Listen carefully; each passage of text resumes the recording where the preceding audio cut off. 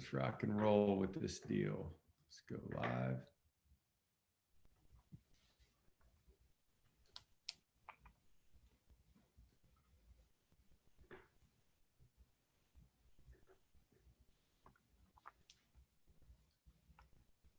All right. Well, hello, everybody, and welcome to this week's episode of Perspective Matters, This Week in Behavioral Healthcare. I'm your host, Glenn Hadley with Southworth Associates. Really glad you guys could join us today, and I hope that y'all are having a fantastic week. I want to say welcome back to my mountain home here in Boise, Idaho. Just really glad to have you guys here. And you know, I don't know if you guys can tell from the last time, we hang some stockings up and we got the fire going. I think it's a balmy, like 29 degrees out right now. So not too bad out there. Hope you guys are having a great Wednesday. I'm here for another week, and then I'll be heading down to Austin, Texas. I'll be in Austin for about a week and a half down there, and then headed over to New Orleans, Louisiana. So if you guys in any of those cities want to do a socially distant hello and grab coffee outside or something like that, or just say hello, give me a shout. Let me know. I'd love to connect and say hello with you while I'm down south. All right. So let's see. Let's get into this deal. On this show, we address topics in behavioral healthcare ranging from clinical, operational, business development. We even do some public policy. And our goal is to be a resource for our field and a platform to bring mentors to those out in the field that are doing the work, and kind of connect mentors with the workers out there. I would like to take a moment and thank our sponsors, Southworth Associates and Dreamscape Marketing. Without these companies, we're really not able to do this show every week. They support us and have given us the platform to be able to bring this information to you. So definitely go to their websites, go say hello to Southworth and Dreamscape. If you have any needs as far as in the behavioral healthcare field around interventions, monitoring, or consulting or virtual events, you can reach out to us at Southworth Associates. And if you have any marketing needs, reach out to the team at Dreamscape Marketing. We'd love to talk to you and connect with you there. All right. So I do want to say before we get into this that last week we did this really cool deal. And I really want to thank our sponsors for Perspectives at Time for Change for allowing us to roll out this national conference for free. We're offering 35 plus CEUs and CMEs. That's for doctors too, for free right now. Doesn't cost a thing. I've had a number of people send me emails and call and say, are you really giving this away? And yes, we are giving it away. Thanks to our sponsors. We're giving away 35 CEUs. So if you need those credits to finish out your licensure for the year or satisfy your licensure, you can go to perspectives@timeforchange.com and register, and it's completely free for the month of December. So go check it out. Some of the presentations in there are just phenomenal. I mean, I was blown away by the content. Even if you don't need CEUs or CMEs for your licensure, definitely go check out some of the talks in there. There was some groundbreaking information that I hadn't heard before, and you'll definitely want to go be a part of that and check that out. I would like to take a brief moment and thank our sponsors for allowing us to give away the conference for free.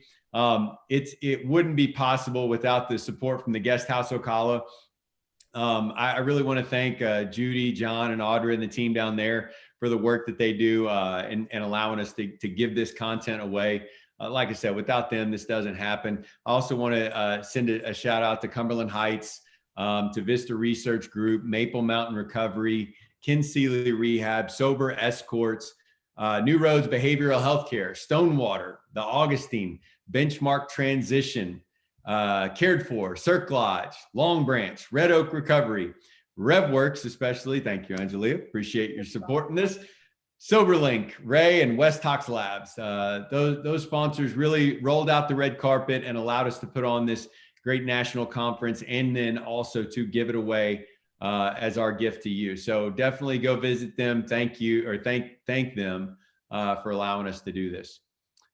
All right, cool. So let's get into today's show today. I do want to say that the show that we're going to do and what we're going to talk about is extremely important right now in this, in not only in the current climate, but I was starting to see this take place over the last 4 or 5 years in behavioral healthcare, how we started to really see the model change from really the care that we were providing to how this fits in with payers and managed care and what that was looking like. And so I really think this conversation today is vital, and I'm excited to have Angelia Arellano on the show with RevWorks Billing. So Angelia is the executive director of RevWorks, and it's a billing company that focuses in the behavioral healthcare space.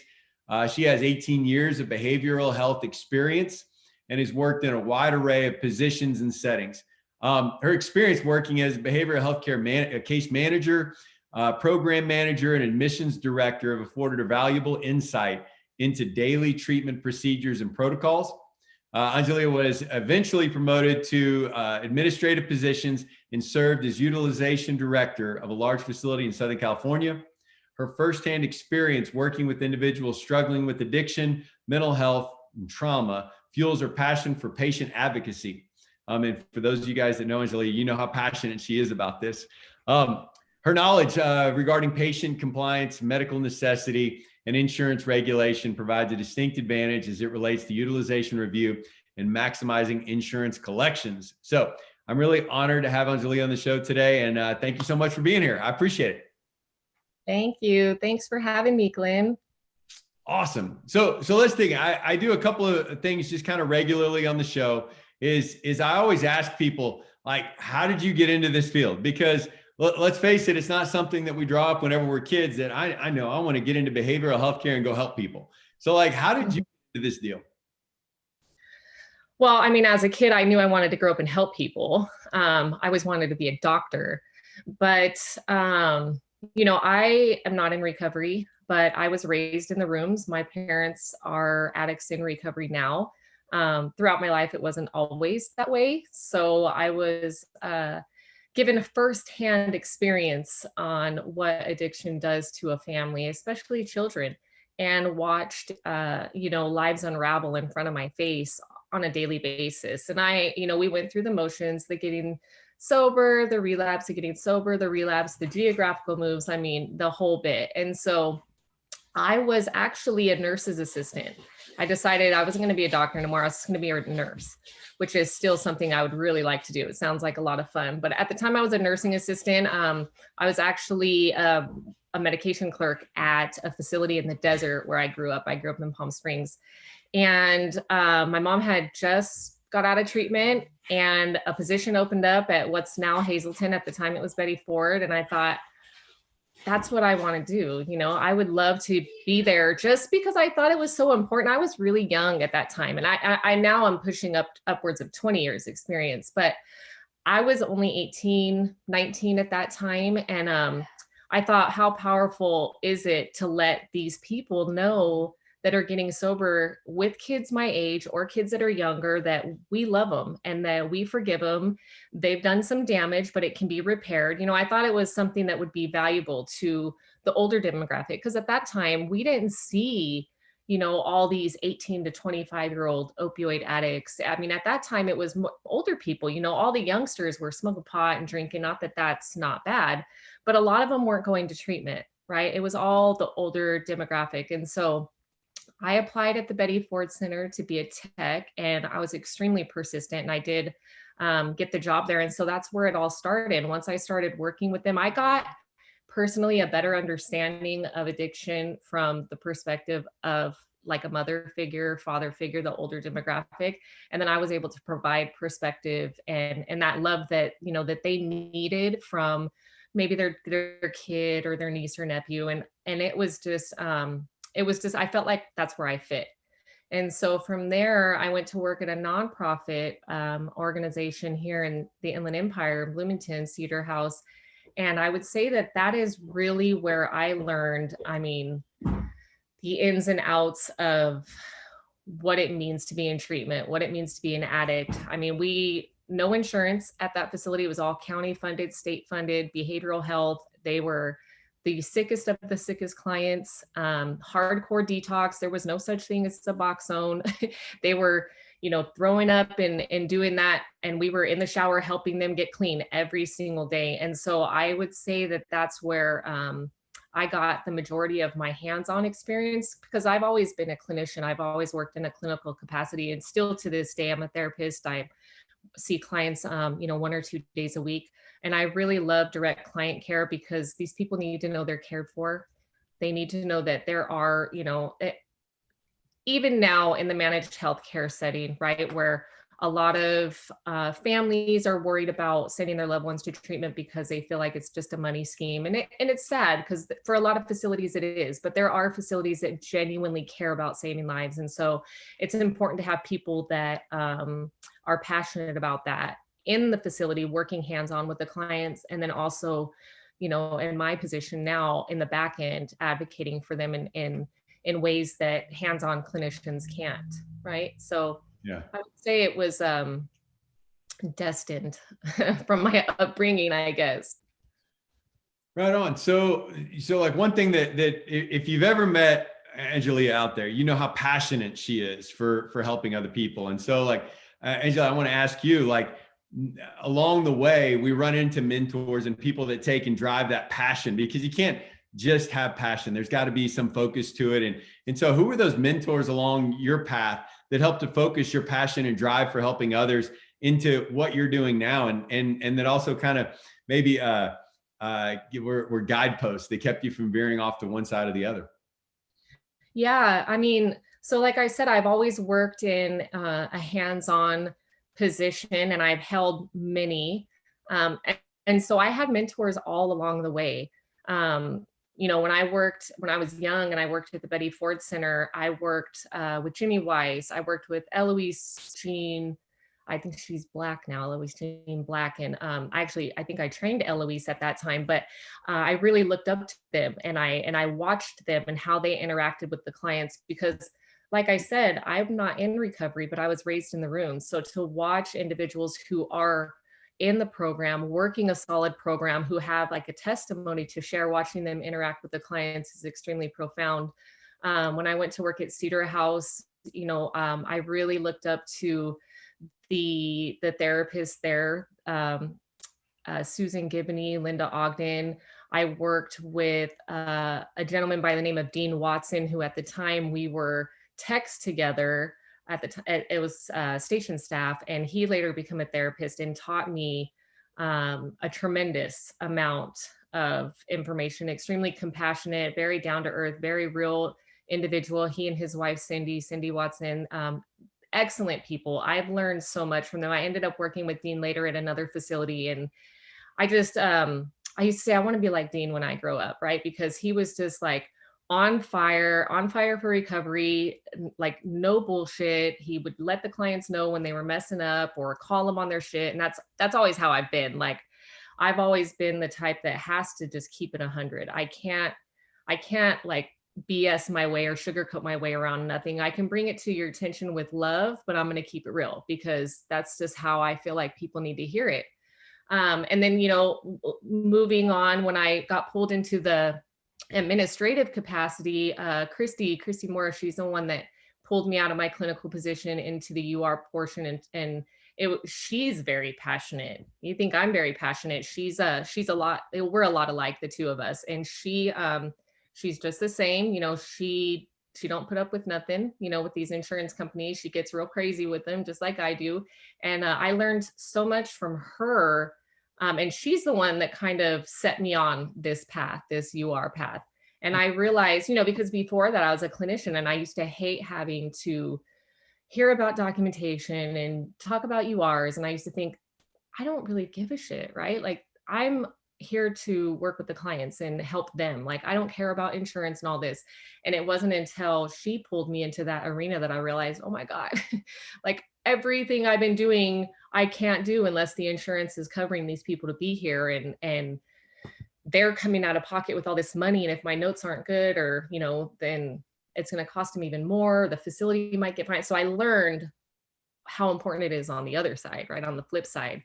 And I realized that I could start advocating for these people in another way, in a really important way. And so it was just something I loved. I really like fighting with insurance companies. I particularly love getting on the phone for peer review and talking to doctors who think they're smarter and know what's best for a client they've never laid eyes on. So, and it's different every day. I get to argue with people and sometimes not argue with people, because I've built relationships with a lot of these carriers, a lot of the doctors that work for these carriers over, many years. And so it's just something that I really love doing. I mean, Glenn, the list is like so long. Like Jennifer Sawyer, she's probably her and Shannon. I mean, if I don't name everybody, I'm going to feel bad because I have gotten something from almost everybody that I've worked with, over the years. And I'm super grateful, just super grateful for all of them. And I think it's a real important point is that, no matter what area of this industry that we play in and work in and live in and do battle in, it's not just one person. It is a whole group of people all along the way on every step of the path, right?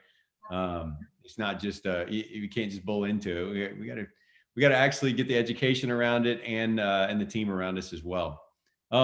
So I was thinking when I was preparing to do this with you, I was like, do I want to go in and do a kind of a broad overview or just scratch the surface, or do I want to kind of get into maybe some nuts and bolts? And I think that one of the things we've seen during COVID-19, everybody's been doing education groups, everybody's been on these multiple virtual conferences. And so I think that we've done a lot of like the surface level stuff. And I'd like to kind of dig into some of the maybe more challenging or even more detailed points about this for some of the UR professionals that are out there, for some of the facilities, the directors that are out there that really have some of these questions. And so I kind of asked around and was like, what are some of the challenges that we're facing right now that have been challenging so I know some of these may not have an answer. Some of these are just going to be some specific points, but I'd love to pick your brain on them.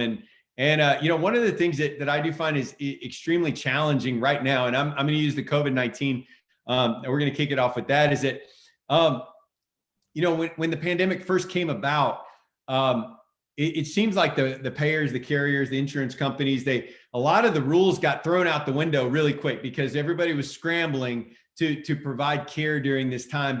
But now that we've been in it for a bit, right, and we've been in this pandemic for a while, it seems like using COVID-19 or isolation or the quarantine as a justification in your review, it's just become commonplace. And now it seems like the reviewers, they're kind of tired of hearing that. So how are you and others overcoming that kind of, they don't have Zoom fatigue. They're having COVID-19 isolation, quarantine, justification fatigue. How do you get over that?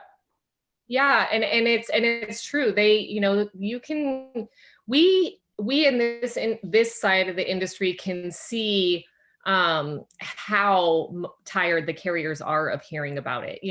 They all scrambled in the very beginning. That there was a lot of carriers that were just waiving pre-cert, just bill us for the services. They weren't requiring single case agreements. They were allowing telehealth, like all over the place, waiving deductibles. They were doing all that they could. And I really don't think that they expected this to last this long.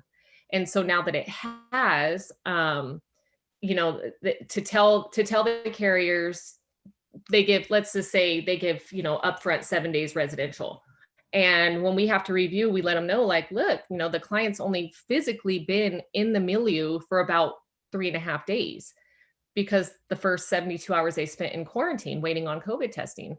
They go, they have an issue with medical necessity and don't consider that quarantine time to be relevant. But the reality is that depending on what state you live in, it is relevant, right? It's mandatory. And so this is something as a facility that we have to do.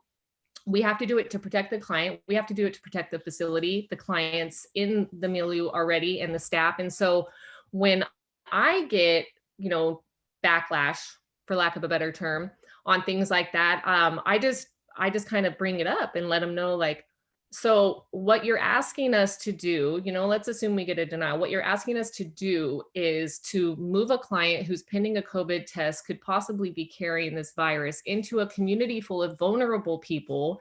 And you're stating it's because the residential level of care or the quarantine's not medically necessary as far as their substance use, but it is medically necessary for the protocols of the state, the protocols of the facility. And then, when you throw law at them, or you throw policy at them, or you request to have the doctor get on the phone so you can inform the doctor that his team is requesting that a potential COVID client is moved into the MULU so that they can start programming, 6 to 8 hours a day, they usually backpedal, right? So you got to get like kind of aggressive with them and let them know that, and again, right, some states are very lax in this COVID pandemic. They're not really implementing policy or doing the stay-at-home orders. Here in California, we're under stay-at-home orders as we speak. The governor just issued another 3 weeks. Don't leave, can't do this, can't do that. And so for plans that we work with that are in the state of California, they get it, right? And so they're not really kicking up too much dust about it. But when we're dealing with plans that are based out of other states, they, sometimes it takes a little bit of a fight to get them to understand. Now, they're not going to cover detox for someone who's in quarantine that doesn't require detox. We got to be realistic about what we're asking for.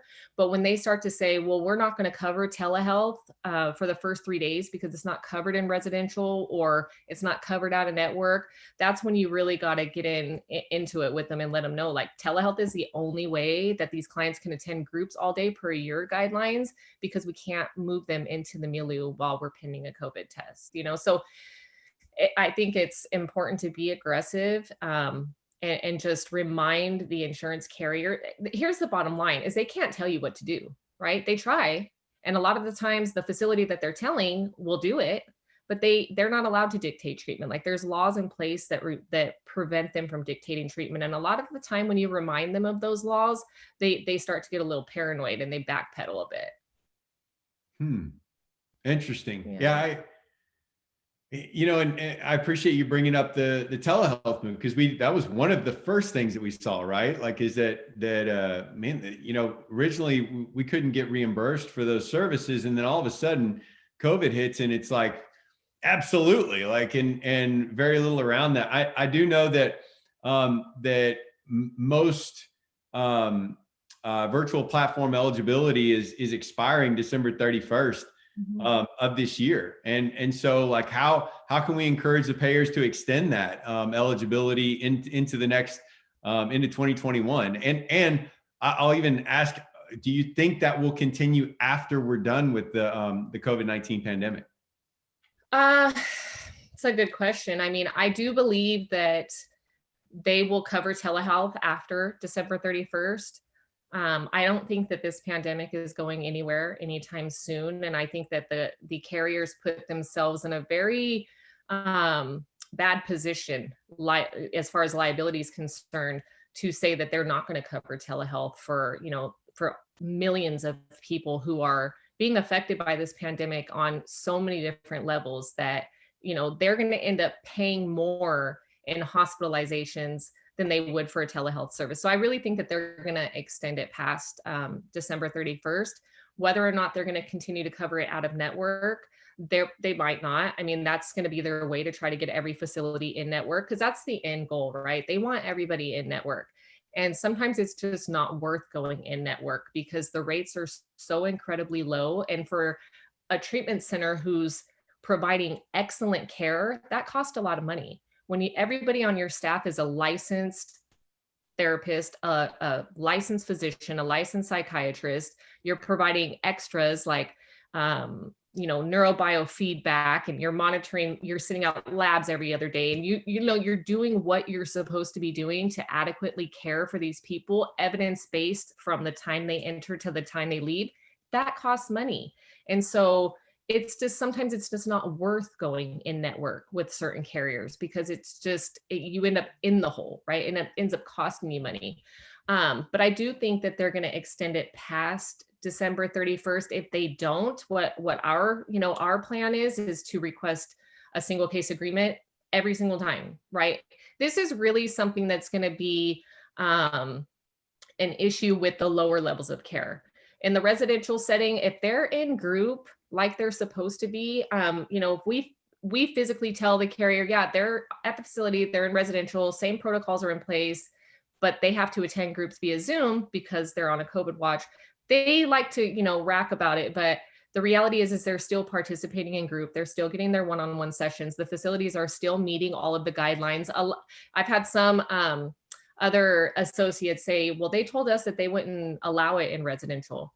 Again, if the policy in the state says this is what has to happen, the carrier, they don't get to trump the state, right? The state gets to trump the carrier. So at the end of the day, if they end up denying these things and you appeal it all the way to the state, to the Department of Insurance or Department of Managed Healthcare, and the only issue in the file is that they were attending, groups via Zoom for the first 72 hours, they're going to overturn it. It's just something that we have to do. But whether or not they want to continue doing it, we're just going to have to wait and see. My plan of action is if they don't, I'm going to drive them absolutely insane with single case agreements at the outpatient levels of care for, facilities that are doing their services via telehealth, because that's the only way they can. Right on that. Now you mentioned something. I want to dig into this a little bit. You mentioned something about their goal is to get the facilities to go in network. And so I want to dig into that a little bit and see what are some things to look for when considering going under contract with a particular insurance company, and for facilities and executives out there, that should they just try to go in with everybody and network with everyone, or should they look for certain red flags? And so kind of describe that process and what to really look for when considering going under contract with an insurance company. Yeah. So what I always recommend is look at the current rates you're receiving by the carrier as of today. Because you got to understand, and there's a lot of people. We're more than welcome. I'm more than happy to be available to discuss, average rates and average in-network rates per plan, per carrier, with facilities that are looking to go in network. But, for starters, I would always look at what the current rates are and what, in the area. A lot of the times, especially big facilities are really aware of the employers in the area and what plans their employees have. And they can market network within their community and find out if the majority of these employers are paying for HMO plans, if they're paying for PPO plans. And they see them, right? They see them coming in and out of the facility all the time. So after a while, you start to have a good idea of what you're working with. Let me give you an example. One of the facilities that I help out somewhere in the state of Florida, they have a tremendous amount of clients being referred to them that have Florida Blue. Now, anybody out there that lives in Florida or deals with insurance utilization review and has to get on the phone with New Directions, Blue Cross of Michigan, Blue Cross Blue Shield of Louisiana, Florida Blue, right? All these ones that we have to deal with New Directions, it's a royal pain in the butt. They pretty much don't give a flip if the client's half dead. They like to deny. But anyways, that's neither here nor there. Florida Blue on its own, they don't pay. They hardly pay anything. It's offensive what their rates are, what ends up coming in the mail. And that's after, right, these $10,000, $20,000 deductibles and out of pockets have been eaten up. So you're essentially, when you're taking a client out of network that has a plan like Florida Blue with a $10,000 deductible and a $20,000 out of pocket, you can rest assured that their entire detox stay and roughly 14 to 20 days of their residential stay you're not going to see a dime for it, because it's all going to go to the deductible and the out of pocket, maybe less, right? Sometimes they're pretty outrageous, but you can rest assured that there's a portion of that treatment stay you're not going to see any reimbursement for. So for facilities like that get nonstop calls from people who have Florida Blue looking for a treatment center that their loved one can go into, they would benefit from being in network with Florida Blue, right? Um, or really any facility that deals with a carrier whose rates are so incredibly low you couldn't even pay the salary for one day for your therapist or your nurse that's on staff 24 hours a day, because that's another requirement, right? Those are the facilities that would benefit from going in network with plans like Florida Blue or low paying plans like that. There's other plans that, for instance, they might have third parties price their claims, like multi-plan. Multi-plan, a lot of the time, will handle claims for like Aetna, United Healthcare, some Cigna plans. And a lot of the time they'll negotiate back and forth with you. So you're not contracting, but you're going to negotiate a rate, right, to pay these claims. And we typically won't take anything less than 65% of the billed charges. Some facilities do take less. And then after a while, after negotiating this rate with them, 2-3 months, then they offer a universal agreement. So then you don't even gotta negotiate anymore. Every claim that's outsourced to multi-plan will pay at 65% of the billed charges or 70% of the billed charges, which is pretty decent depending on how high your billed charges are. So I only recommend going in network with the carriers that will offer good in network rates, and their guidelines aren't too outrageous. Sometimes the guidelines are just, it's impossible to meet their guidelines sometimes. If they only want to pay you $150 a day for PHP and you got to pay $60 an hour for an RN, and that's their guideline, the RN has to be there 24 hours a day, like, you're losing money. So not worth it. Yeah, so I would just do research before taking that dive. But yes, it is every single insurance company's objective is to get every provider in network. It's just the way it is. Okay, so now if you've already, and I know a number of places out there, and there's a rush to get in network because of the increased population base that they could appeal to. But if they are in network and they want to increase their contracted rate, what are some good points to make with the carrier once they're already in network with them to increase that? Yeah, that one's difficult, especially right now. I can tell you here in California, in like the private practice arena, we at my practice have requested rate negotiations for all of the commercial insurance companies that we're in network with, and I think 2 agreed to increase the rates, TRICARE and Cigna, lo and behold. But most of them are not doing any type of rate negotiation. So for those individual carriers that are not, they're not considering rate negotiations or rate increases for any of their providers, they're currently getting requests about 2 to 4 times a month from us. So it's let's pester and let them know that we're not going anywhere. And then you might even have to consider other things like raising your current rates, your cash rates, and going through that process. But it's definitely something that you as a provider have to fight for when they're saying no, we're not doing it right now. And a lot of them are not negotiating rates for current contracted facilities, but for new contracted facilities, they're getting a little bit higher rates than the facilities that are already contracted, if that makes sense. They're not grandfathered into lower rates. They're seeing a little bit higher rates because things have changed. The cost of living is going up, so they have to offer higher rates, but they're not much higher. Right. And so the moral of the story is negotiate on the front end, definitely, because it's so much tougher on the back end after it's already done, right? Yeah, for sure.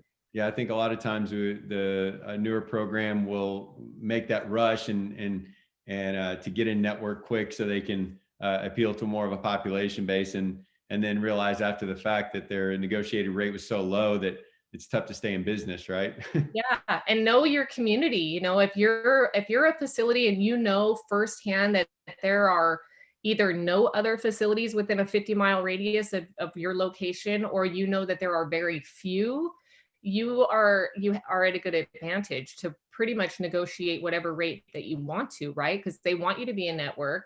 There's no other facilities. They're obviously going to come at you with the lowest rate possible. If you accept it, it's kind of like shame on you. So if you fight for a higher rate and you're in a position to do so because there's no other providers available, I would definitely recommend taking that time and doing that. Don't just jump on, even the first or second rate that's offered, because you can go much higher than you think if you just, put a little fight in it. Huh. Mhm. So I have a question, and if there is a program out there, and I'm this is along the same lines, but it's going a little further into the weeds. If there's a program out there that has a specific, a unique modality, a technique, or a type of therapy that proves effective in treating patients. Mhm.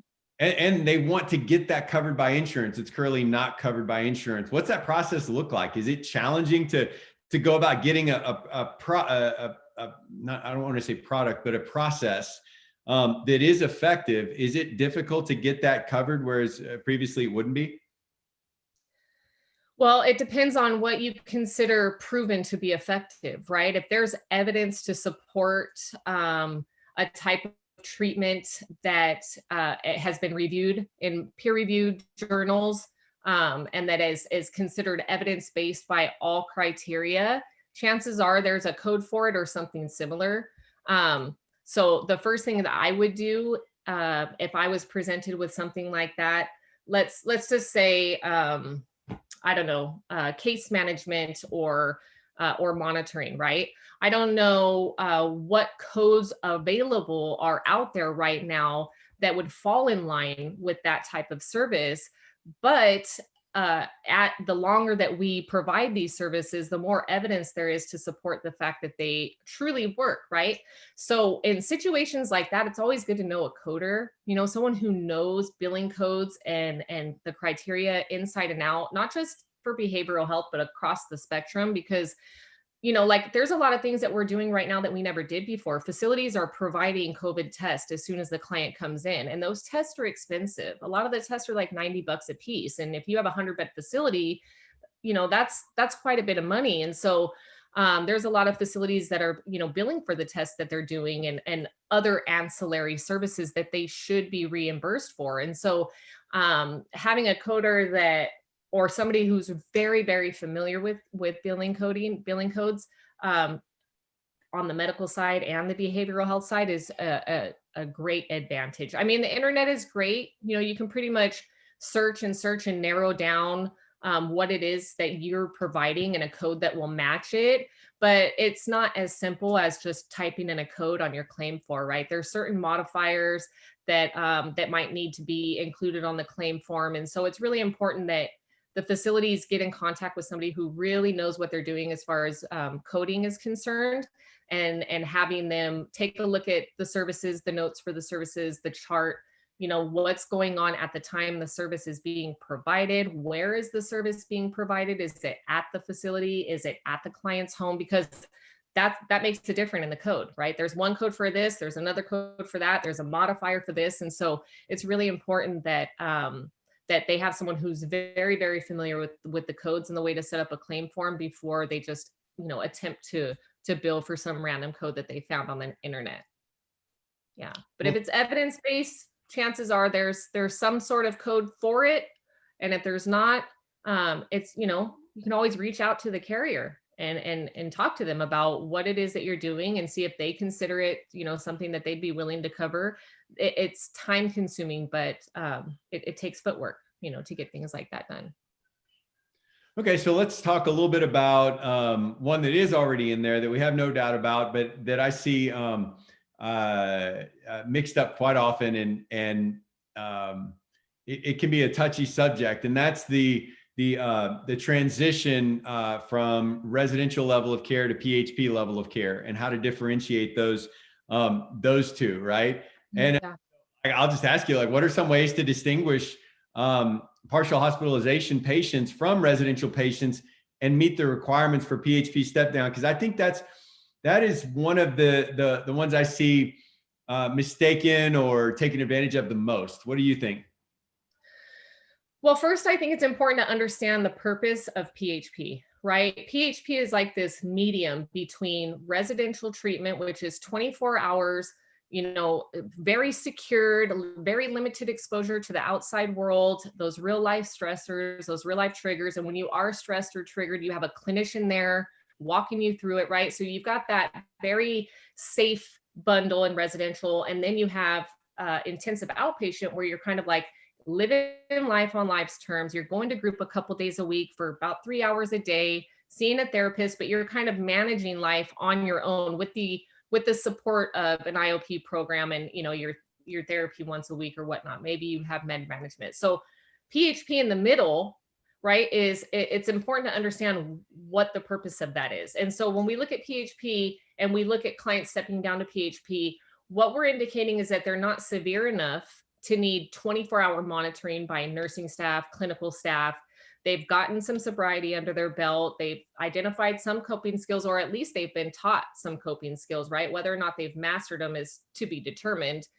We think that we've got their medication stable. We've done a little bit of family work, so we know that they have support in an outpatient setting, but we don't think that they're stable enough to be successful in IOP, right? So we want to give them like a continuum, a smooth transition. So PHP is it's where they can be both supported by a clinical team throughout a good portion of the day, but also have that time of independence where they can be exposed to those real life stressors and those triggers and put the skills that they learned in residential into use, right? Because if we keep them in residential forever, they're going to have very limited opportunities to put the skills that they're learning to use, right? So it's kind of like a transition to kind of support them the way they need to be supported, but allow them to start putting these things into play. And so for the most part, with every insurance company that I know of, they don't want the clients to be authorized for PHP and still programming in the residential setting and not have that opportunity to be exposed to those real life stressors, real life triggers and whatnot. And so, but the reality is that a lot of the time the clients, they're not ready to go to PHP, right? But the insurance company is not paying for residential anymore. And so that's where, as a facility, you need to have a plan in place to determine what are we going to do? Because you got to meet the guidelines, right? If you're click and submit on that claim form, you're attesting that what those guidelines are, that you're following those guidelines, and you want to be compliant because you don't want to do something you're not supposed to do and then lose your ability to treat clients, period, right? So some of the ways that facilities can navigate that is, one, if you don't feel like your client's ready for PHP, fight for residential. I never, ever, ever, ever, ever take a PHP recommendation right away, not without taking it to at least one peer review and one expedited appeal. Now, you will lose a day if they uphold the denial, which is, it is what it is, but at least you fought. I can't tell you how many times I've got on the phone for a peer review thinking there's no way I'm going to get this overturned because the client just doesn't meet necessity for 24-hour care, right? The symptoms are just not severe enough at this point, 32 days into treatment to require 24-hour care. And then been blown away. The doctor's like, okay, well, I'll give you like 4 more days, to find a place for him to go or to secure sober living. And I'm like, but I would always fight for a higher level of care if you feel like your client needs it. Don't ever just take a level of care recommendation a step down just because they don't want to pay, because that's the key. They don't want to pay, right? So when the clients do step down to PHP, it's super important that they're programming at a separate location or at least a separate address or in a separate suite than the residential clients, because now they're in a lower level of care. They're dealing with life. Maybe they got a little bit more privileges. Maybe at this point they're doing like weekend passes or whatever the case may be. Maybe they got their phone back or their computer. Now, certain things are happening. So they really shouldn't be programming with the residential clients. But, like I said, this is sometimes the things that happen. So if there's a separate location, a separate address, a separate suite, that's designated and licensed for PHP, that's one way. Another way is to, when it comes to the housing, right? Certain carriers require, and they have in the last couple of years made it very clear in their guidelines that PHP clients are not to live with, program, or interact with the residential clients at all, right? So they physically have to move out of the residential setting to a separate location. Some carriers don't really care if a facility provides them with boarding as long as it's not with the residential clients. Most of the time they want it to be offsite. When we're dealing with adolescents, a lot of time that's just not going to happen because they're kids. But then there's other carriers that do care. They don't want the facility providing boarding. They make it very clear in their criteria that can't happen. And they often will ask for the address of the sober living or, the offsite boarding facility. And they'll specifically ask, is it owned by the facility? And we always have to be honest. So, I would pay attention to who the carrier is, what their guidelines are as far as PHP is concerned, and do the very best you can to comply with them. And just keep in mind, like, there's no way we're going to meet every carrier's guidelines because sometimes they conflict, right? So you just do the best you can to make sure you're providing the best care to your clients. You're as compliant as you possibly can be given what you have to work with, and cross your fingers. Not cross your fingers, but just do the best you can, because the PHP IOP thing is definitely a challenge, especially when you are a facility that gets nervous by the word peer review or doesn't have somebody, on hand that can really complete a peer review with fire and the fight that's needed to sometimes get these denials overturned. For those particular facilities, when they would rather just accept a lower level of care, they're the ones that really need to pay attention, right? Because if your client really does need the higher level of care, you got to fight for it. I mean, you really do. Right. And also too, the longer that the data gets skewed, right? If you're offering residential level of care at but you're only billing for PHP, and then that data shows, well, they're doing really well at PHP, but you're offering residential. The longer we do that dance, then the more it hurts our field, right? We're not actually representing the level of care that we're giving, right? Yeah. And so that's funny because recently Anthem has decided. Anthem used to be pretty generous. They used to give, upwards of 30 days of residential without kicking up too much dust. And lately they've switched to this model where they're using an algorithm to generate authorization. So initially for detox, they'll give 4 days, no clinical needed. Just here's 4 days. If you want more, now we're going to need the clinical. And then for residential, they'll give like anywhere from 3 to a week, no clinical needed. And then if you need more, they'll do it. But they're authorizing it through an algorithm. Same for PHP. And I had talked to a friend of mine, Michelle. She works at Anthem, and I was like, you need to explain this to me, because first of all, I don't understand how you have a computer determining whether or not my client needs care. And two, where is this research that you're telling me Anthem has that's indicating short-term stays in residential are more effective when followed by long-term stays in PHP, right? So she gave me all this, and I'm like, okay. As a clinician, it totally makes sense, right? But when it got me was when I called in to get continued stay in PHP, and it had only been 20 days, so 2 weeks. And she was like, oh, well, he's probably going to need to step down to IOP. And I'm like, wait a minute, you gave me 2 weeks of residential. And then you're telling me that your research that you guys have going on over there indicates that shorter stays, 2 weeks in residential, followed by longer stays in PHP, are the most effective. And you're trying to give me the same amount of time in PHP that you gave me in residential. So you're not making any sense, right? So I'm gonna want to talk to your doctor. And that's exactly what I did. The client ended up getting covered for much more. But they have that in place. And I think because so many facilities across the country don't fight for continued stay in residential, they just step them down to PHP, and they want to keep them in PHP a long time. And then the clients don't end up coming back to treatment at all, or for a year or two. And so in the face of the carrier, they think, oh, well, the PHP must be what really works, right? Because they're not fighting for the residential. So yeah, it's really irritating because it does play into statistics, right? It does provide inaccurate data that is actively being collected by all these insurance companies across the country. They're paying close attention. And so it's not benefiting any of these clients at all whatsoever, Absolutely. Yeah. Because if our data that we're representing shows that, yeah, we're doing great. We got, 12 days of residential, and then they're going to IOP after that. And it's wonderful. Look, here's the data. Yeah. And we all know that's bullshit. Like, we all know they're not going to be successful. There's just anybody who knows A hope to die alcoholic, a hope to die doping, knows darn well that the chances of them staying sober after 12 days of treatment are very limited. I can tell you firsthand from watching my mom, kick heroin multiple times in my life.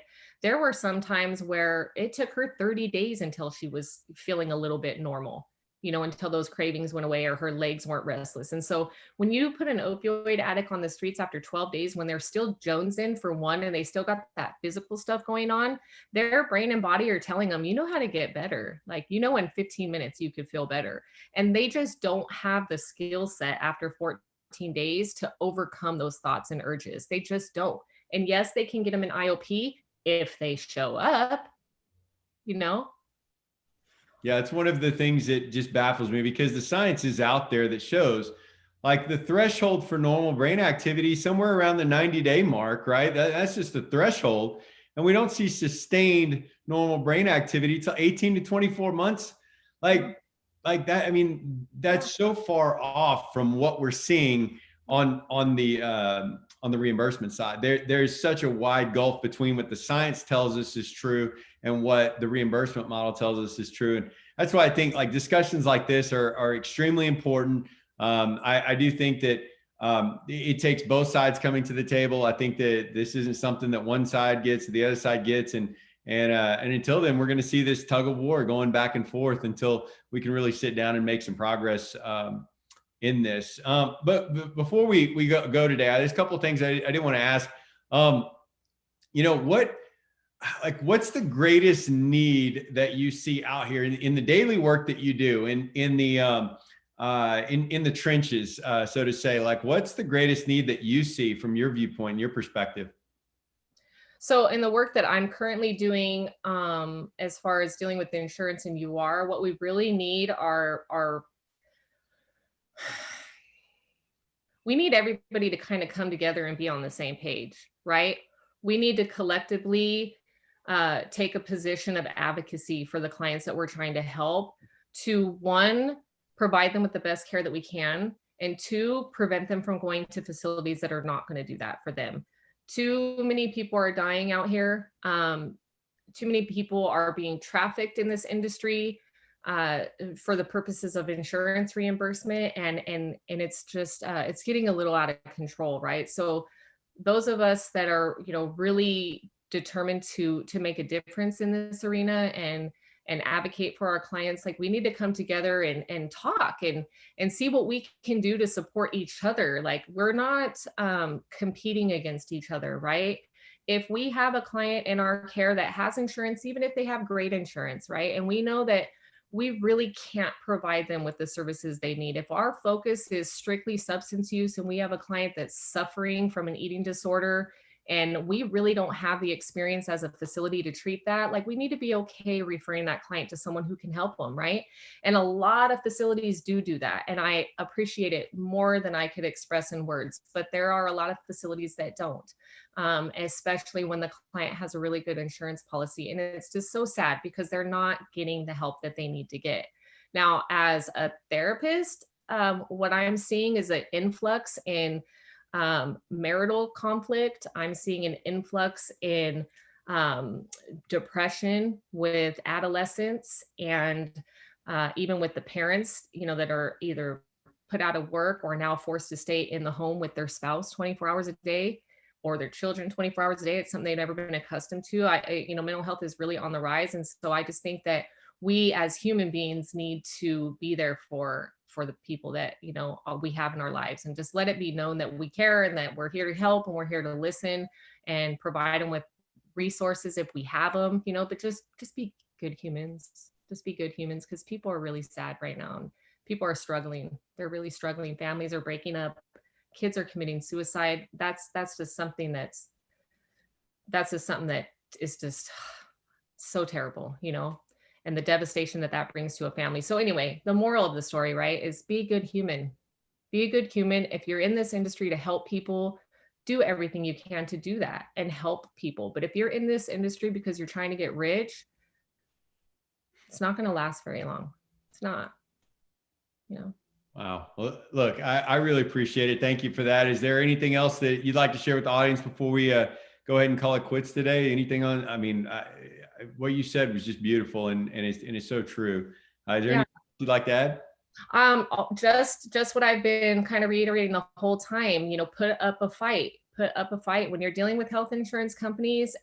Don't just cower down and let them dictate what you are doing with your client. They're not laying eyes on these people. So always put up a fight. Find someone real feisty that you can train on this stuff and get them on the phone and let them put up a fight for you, because it's in your best interest as a facility. You're only going to be successful because of that, and the client's going to get what they need. So always put up a fight. Right on. Well, look, I really appreciate it. Thank you so much for being a part of the show. What I'm going to do is I'm going to put this back up on the screen up here, and if you'd like to reach out to Angelia, there's the phone number there and her email address. Please reach out if you have any questions regarding any of the topics from today, or definitely if you'd like somebody that's extremely passionate and will advocate for your patients or your clients, definitely reach out and say hello and dig into that. I do think it's definitely one of the things that we're really having to focus on right now. And this world is ever changing. It's going so quick. The new regs and things that are coming down are changing daily. And so if you have any questions, please reach out and say hello. I know that the team at RevWorks is ready to help, but also to just have a conversation too. So with that, Angelia, thank you so much. I really appreciate you being a part of the show and coming on and doing this for us. Yeah, it's my pleasure. It's my pleasure. Excellent. So let's see here. Don't forget about Perspectives of Time for Change. Now, this free virtual conference, you can go and watch the sessions on demand whenever you want for your CEUs and CMEs. So if any of your staff out there still needs to get their credits for the end of the year, you can go online at perspectivesoftimeforchange.com and get that done.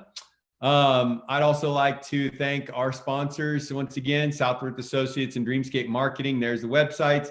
If you'd like to contact me for anything to do with Southworth and interventions and monitoring, it's one of those services we'd love to get covered because of the efficacy of it. You can definitely reach out to me at glenn@southworthassociates.net. I'd love to talk to you about what we do here. And so with that, we'll go ahead and close the show. I do want to thank everybody for being here. Don't forget to tune in next week where my guest is going to be Renee Baribeau. She's a shaman, wind talker, and an integral part of the Finding Freedom Conference there in Palm Springs. She's a good friend of mine. I'm really excited to have Renee on and talk all things shop and talk about finding freedom a little bit. That'll be taking place virtually at the end of January. And so you can tune in next Wednesday at 1 Eastern, 10 a.m. Pacific. And we'd love to see you guys then. And with that, you guys have a great week. And remember, it's just a matter of perspective. Thank you.